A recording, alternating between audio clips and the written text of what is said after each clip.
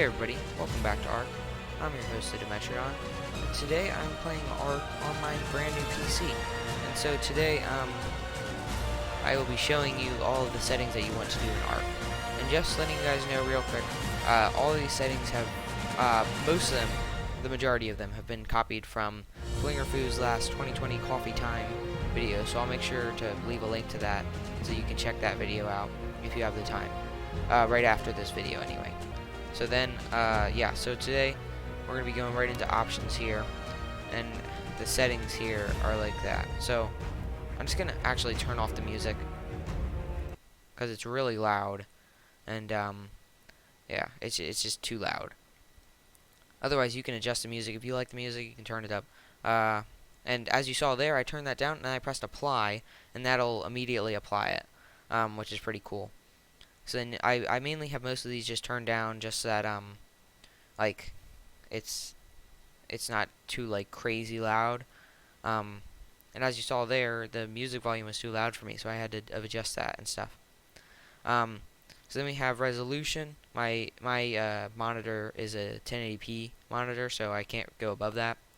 But you have options to go up to 4K, 1440p, and the things in between. And I'm pretty sure this is for like ultra wide, and that's like, or maybe, I don't know. if your display says these, like one of these numbers, then that's not one that you want to click. Then you can go into full screen, windowed full screen, or window, and that'll set the way that it displays on your screen. I have it windowed full screen, which is fine. Then you can go. Then you want to make sure you turn on custom graphics quality, so you don't have low, medium, high, or epic, because they're like preset ones. And so you also want the resolution all the way turned up, so you can edit all these things. So I have these all up at epic, and I could run all these shadows at epic as well, and still get like pretty high frames. But I have them turned down just for like flickering and stuff until I get a DisplayPort cable or something, so that I have like no flickering, though I haven't experienced any, so it shouldn't really be a big deal. So really, you could turn them up to epic if you have that power, and I could too. Then basically all this stuff is pretty good, or pretty like, I'm pretty sure most of this stuff is normal. Like this is the default that you get. You want to turn off motion blur though, because that'll just make it look less blurry and stuff. It'll be nicer when you're like turning around. You'll get like the full you'll see how good the frames look if you have a good PC. Also, if you have PS4 or Xbox, it'll look different. I'll show you what it looks like on PS4, and it should look the same on Xbox, though I'm not 100% sure. So if you have an Xbox and it looks different, let me know, because I don't know. I don't play Ark on Xbox. Also, if it looks different on Nintendo Switch, make sure to let me know.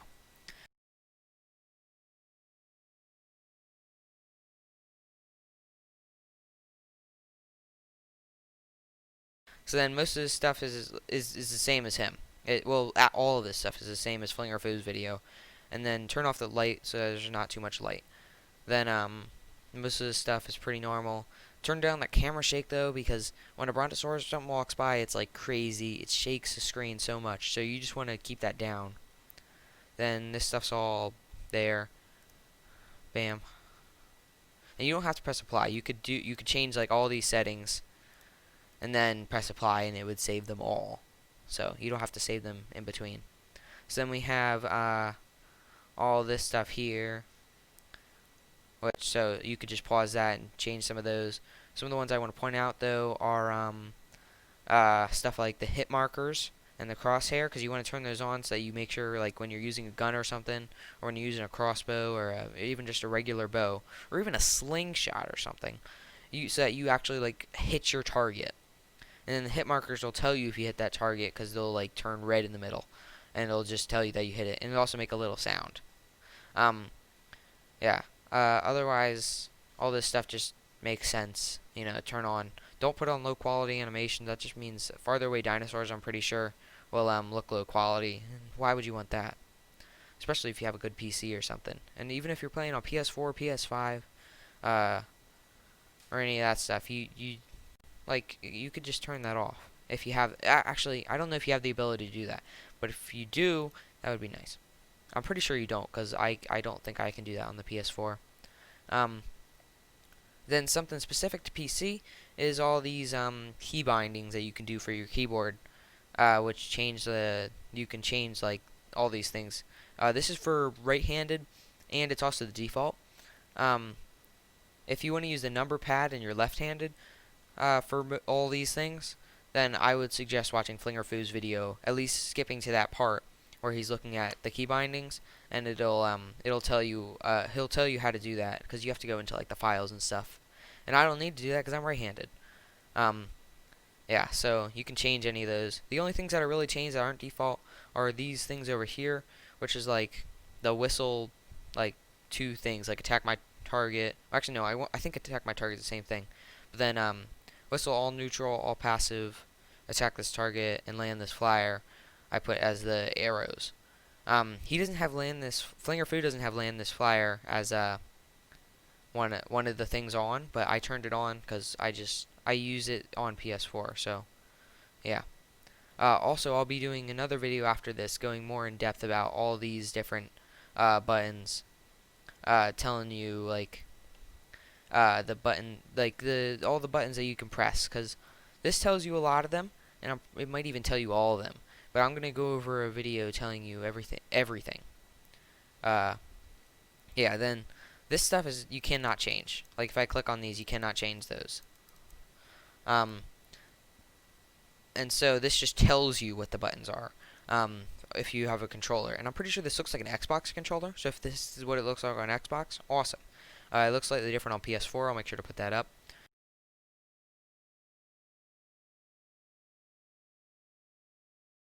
And then so you have all this here. And actually, you know what? The map and stuff is on this button here.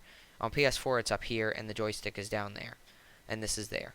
That's basically, I think, the only difference. So that doesn't mean that you can't use a PS4 remote or a PlayStation 5 remote on PC. That's just the default that they show you.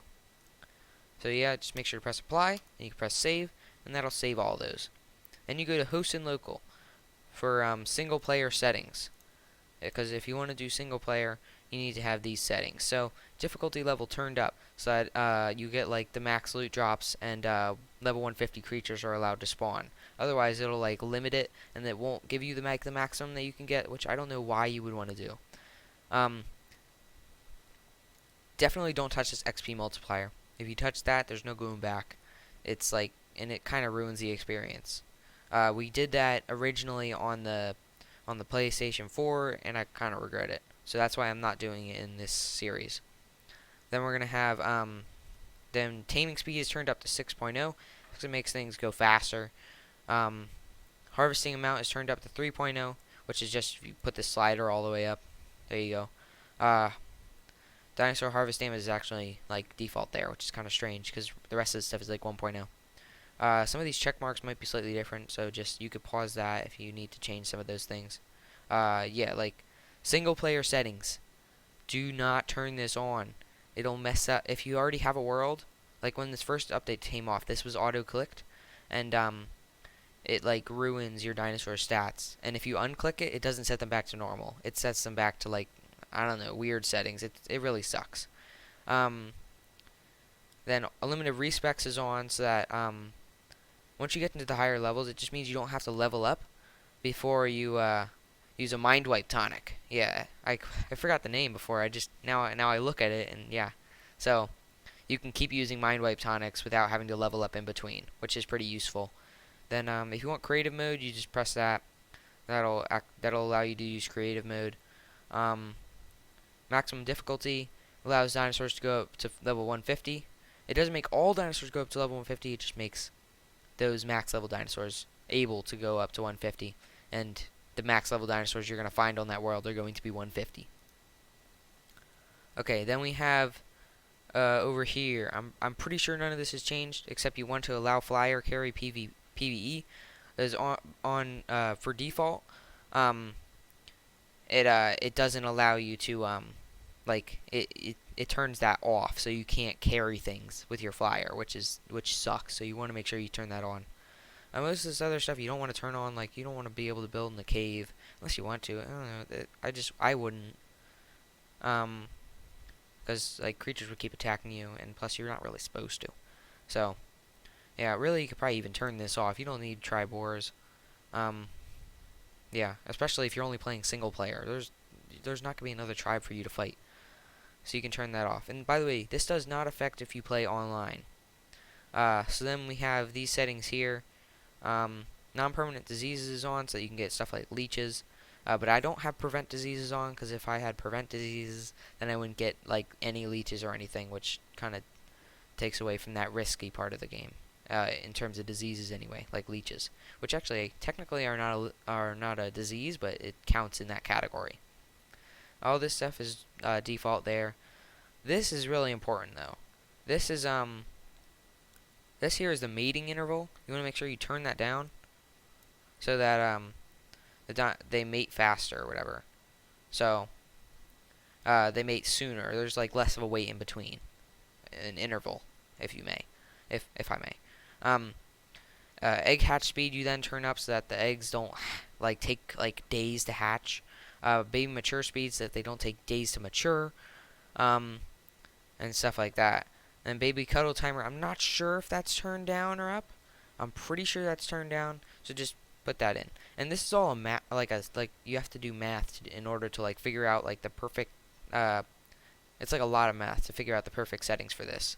So you want to make sure you keep all that stuff on. Day cycle and daytime as well as nighttime speed are all this. So 0.5 and 0.5 are daytime and day cycle speed. So you can change those and get a longer day. And then nighttime speed is turned up so that you get a shorter night, so that I'm not sitting in the darkness the whole time. Though when Raptor Claws came during the Christmas event, or the winter event, with Flareon, we did turn that back to normal, so that we'd have a longer time to collect presents from Raptor Claws. But otherwise, mainly just keep it up there, because that event's over. And then spoil timer, you want to keep, well, you can keep that as 1.0, or you can put it up to 2.0. There's not that big of a difference, but it does allow you to get like spoiled meat faster or something if you want narcotics and stuff, which is just fine.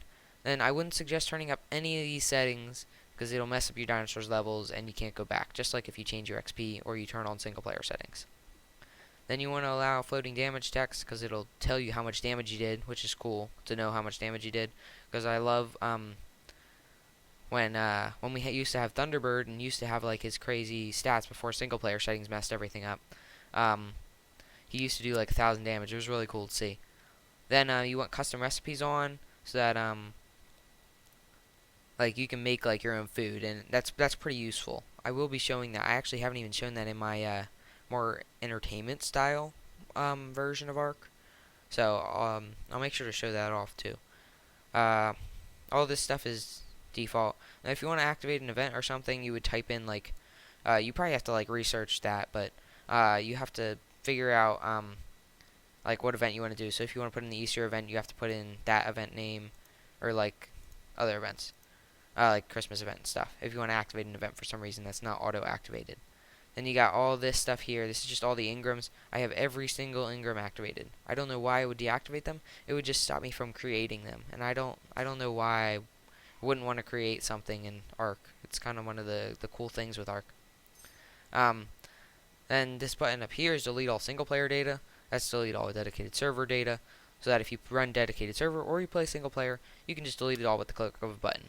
Which can either be very bad if you have like a big thing and you accidentally press that, or it can be really good. Just that it's like really nice and easy to do.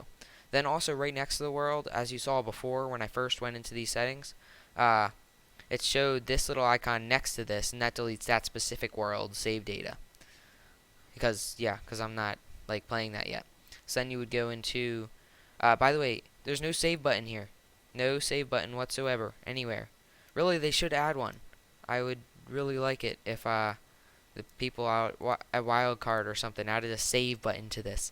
But in order to save these settings, you just have to go here, press play single player, and that'll save that for you. or you could press run dedicated server to save those settings.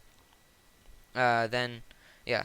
So, um, also, if I were to press escape here, and I'm pretty sure it's the map button or like the middle button on the PS4, and apparently the back button on the Xbox controller, if that thing was right before. Um, Options button's right here, so you can change all these things here as well in game, so you don't have to exit out. Then you can just apply and save just the same as normal. So then let's exit back to main menu, and then so then right here there's actually something called the survival guide. I'm kind of interested in what this is. If anybody's like checked this out before, it seems to be basically like just a guide on how to play Ark. I don't know when this was implemented, or if this was here like the entire time, but I think it looks pretty cool. So you might want to check that out. Then there's the credits here, which will just tell you all the people who made the game. And then if you press this button on PS4 and probably Xbox as well, it'll ask you to have a PlayStation Plus account.